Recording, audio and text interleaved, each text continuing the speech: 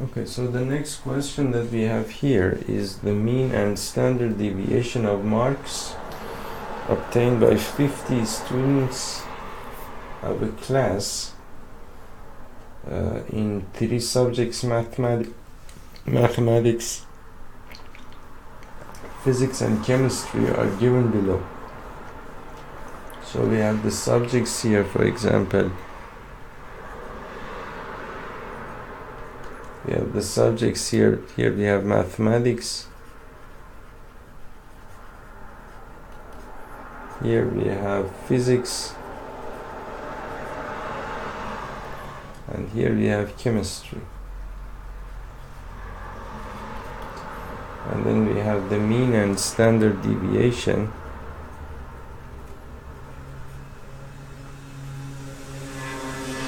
Standard deviation. So if I draw this table here, the mean and standard deviation of these marks are 42, 32, 42, 32, 40.9, 12, 15, and 20. Now the question that you want to answer here is which of the 3 subjects shows the highest variability in marks and which shows the lowest. So the highest variability is basically if you want to calculate variability, and of course you see that the means are not the same. So you need to calculate the coefficient of variation, which is equal to sigma. Actually, this is not sigma, which is equal to sigma divided by x bar times 100. Sigma divided by x bar times 100. So for example, in the case of mathematics,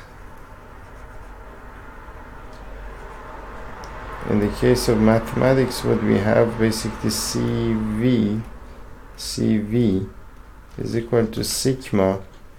This is your sigma. This is your sigma, and this is x bar. So 12 divided by 42 times 100, which you can simplify. For example, 6 to 21, and then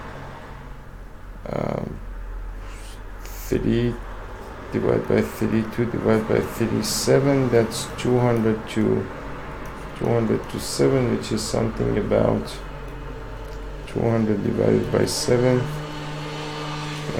232 times 7 is equal to 14, 6 0, 5 7 times 8 times 9 times 8 times 7 is equal to 56, 4 0, 7 6 times 5 times 7 is equal to 35, 5 remain there.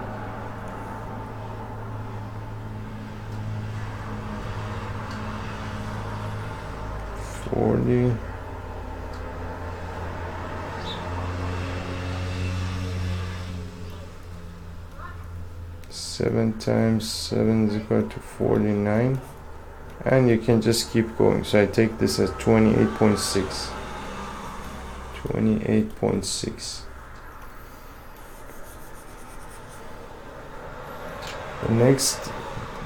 Next we have basically for physics, which is for physics, which is going to be 15 by 32, which is going to be your coefficient of variation is 15 by 15 times 100 divided by 32 divided by, well, you can divide by 2 here.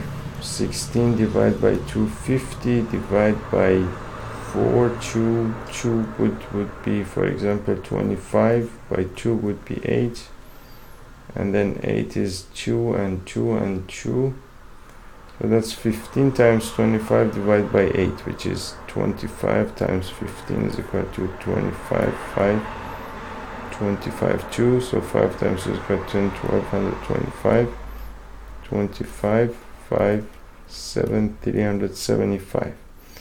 Now 375 divided by 8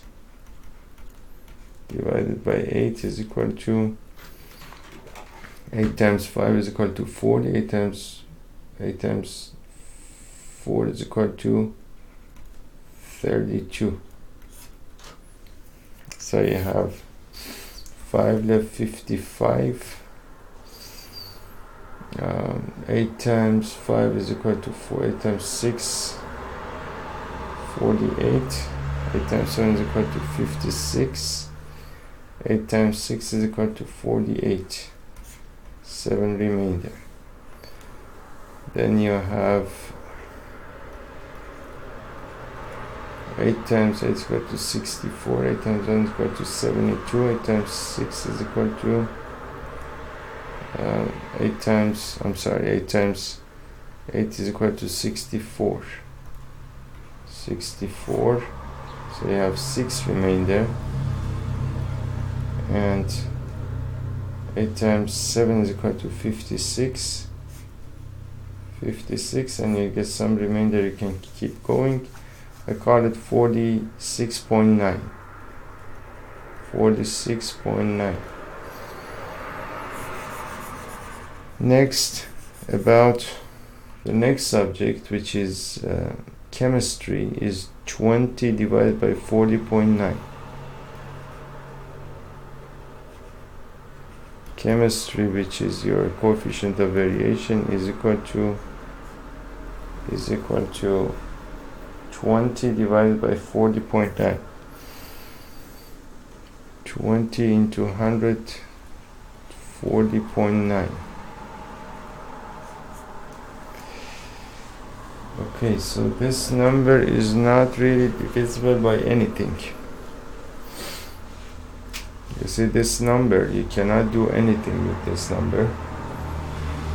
It might be divisible by 7, and in case you want to remember your divisibility rules,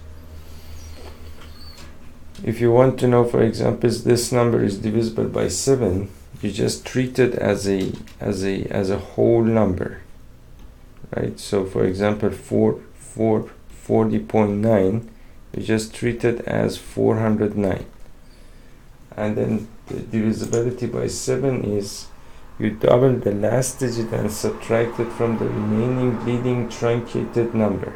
So you truncate your number, meaning that you make it a 40, and you double the last digit, which is 2 times 1 is equal to 18, and subtract it from this number. It will give you 22. It will give you 22, which is of course not divisible by 7. So this number is not divisible by 7. And if you check using a calculator, for example, 409, if you divide by 7, you will get, well, of course it's not divisible. Now again, just for the sake of practice, for example, so for 7, you have to truncate your number. Truncating the number meaning that you take away the last digit, and then you have to double the last digit and subtract it from the truncated number, meaning that you write this as 40 minus 2 times 9, which is equal to 40 minus 18, and then whatever basically the result is here, if that result is divisible by 7, and so is your original number, otherwise not. Now, divisibility, for example, for 11. For divisibility for 11, suppose that you have the same number, for example, 409, right? Suppose that this is, of course, 40.9. Suppose that you have the same number 409 and you want to check the divisibility by 11. You want to subtract the last digit from the remaining leading truncated number. So you truncate the number, you get a 40, and then you have to subtract this digit from the number, which gives you 31. So this is divisibility test for 11. So meaning that if you have 409, then you have to write it as 40 minus 9. It gives you 31. And of course 31 is not divisible by 11, so this number is not divisible by 11. So for divisibility for 7, we said that if you had 409, you have to truncate the number and then double the last digit and subtract it from the remaining number. If this number is divisible by 7, then so is this number, otherwise not. For divisibility test for 11, you have to truncate the number and then subtract the last digit from the remaining number. If this number is divisible by 11, then so is the original number. Now for divisibility test for 13. For divisibility test for 13, you want to add 4 times the last digit to the remaining leading truncated number. So you truncate your number and add 4 times the last digit to the number. This is for 13. This is for 11. This is for 7. So add 4 times 9 is equal to 36. If I add them together, I'll get 76. Now 76 is not divisible by, and if your number is large, you can do the same thing, meaning that again you can truncate your number, get a 7. When you get the 7, then again 4 times 6 is equal to 24. 24 plus 7 is equal to 31. Now 31 is not divisible by 13, so your number is not divisible by 13. And this was basically divisibility by 13. So for 13, you truncate your number and then add 4 times the last digit to the remaining number. So and there is again divisibility, for example, for 17. For 17, of course, these are not very common. You don't happen to use them that often, but you need to know them. For example, divisibility by 17, you have 409. So for 17, you want to subtract 5 times the last digit from the remaining leading truncated number. So you truncate your number, you get the 40, and subtract 5 times the last digit from the number. So 5 times 9 is equal to 45, which gives you -5. -5 is not divisible by 17, and so this number is not divisible by 17. Now, I want to know what sort of number 409 is, so I can check it over here, for example, at primes.utm.edu. So for example, if I say, let's see what 409 is actually. It's a proven prime, meaning that it has actually no prime factors. So we cannot actually simplify it. But these 3, the divisibility test, you need to know the divisibility test for 2, 3, 4. Well, 4 of course is the same thing as 2, so that's not very important. You need to know the divisibility test for 5. 6 is of course the same thing as 2 and 3 together. 7, you need to know it, it's important, which was basically you have to subtract, let me see. Of course I keep forgetting these, and the reason for that is that I have learned them originally using some other methods, and then these methods are different from those methods, and so now I'm kind of my mind is kind of mixed up. So I think the only, I mean, I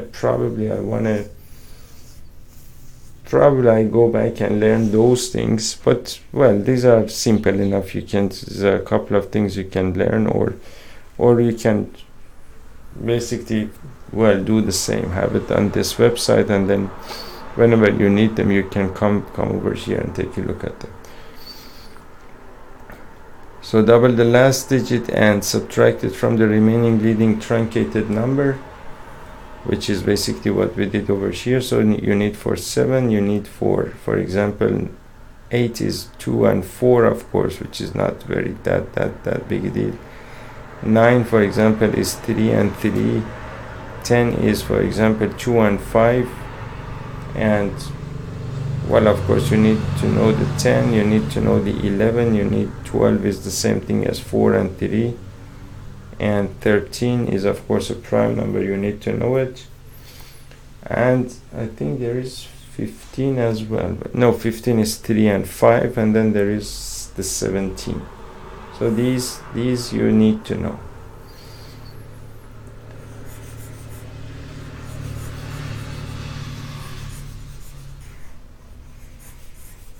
Okay, so now let's do this basically.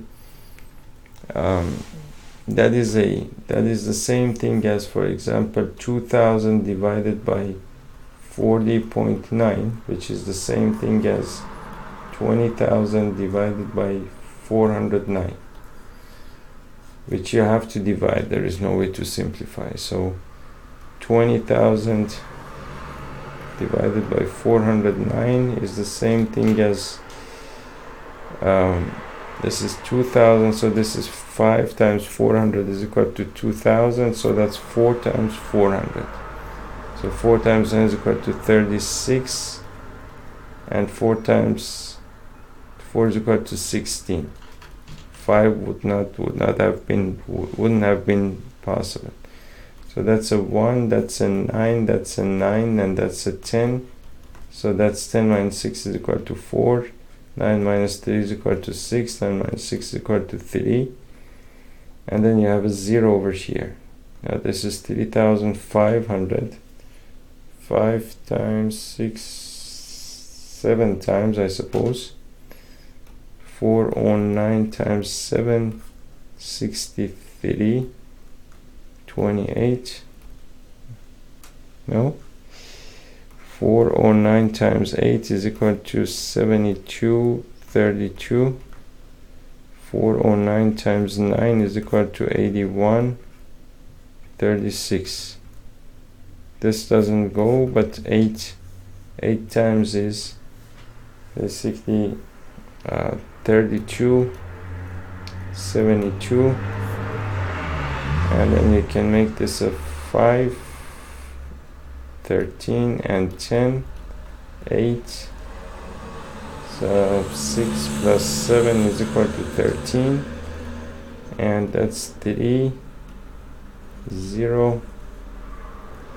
And then 3,680. This is 80 something. So that's again an 8. 3272. So that's a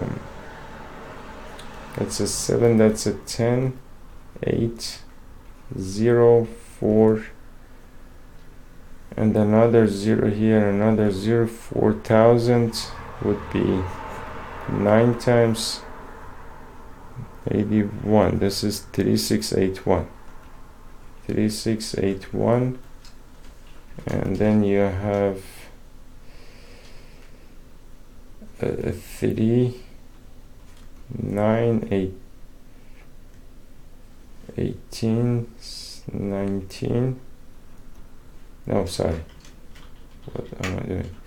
So this is a 3, then 10, 9, 18, 17, and 10. 9. So that's a 9, that's a 3, so that's 48.9. 48.9. So then if you compare the coefficient of variability in the case of these basically different subjects, here you can see that you have 48.9, 46.9, 28.6, and the question was which of the three subjects shows the highest variability in marks and which one the lowest. So this is the lowest variability,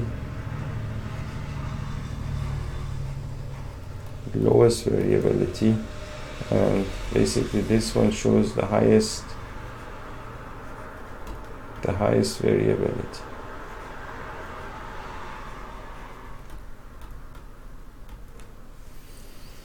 And take a look at the answer. Number 6, highest chemistry and lowest mathematics. Okay.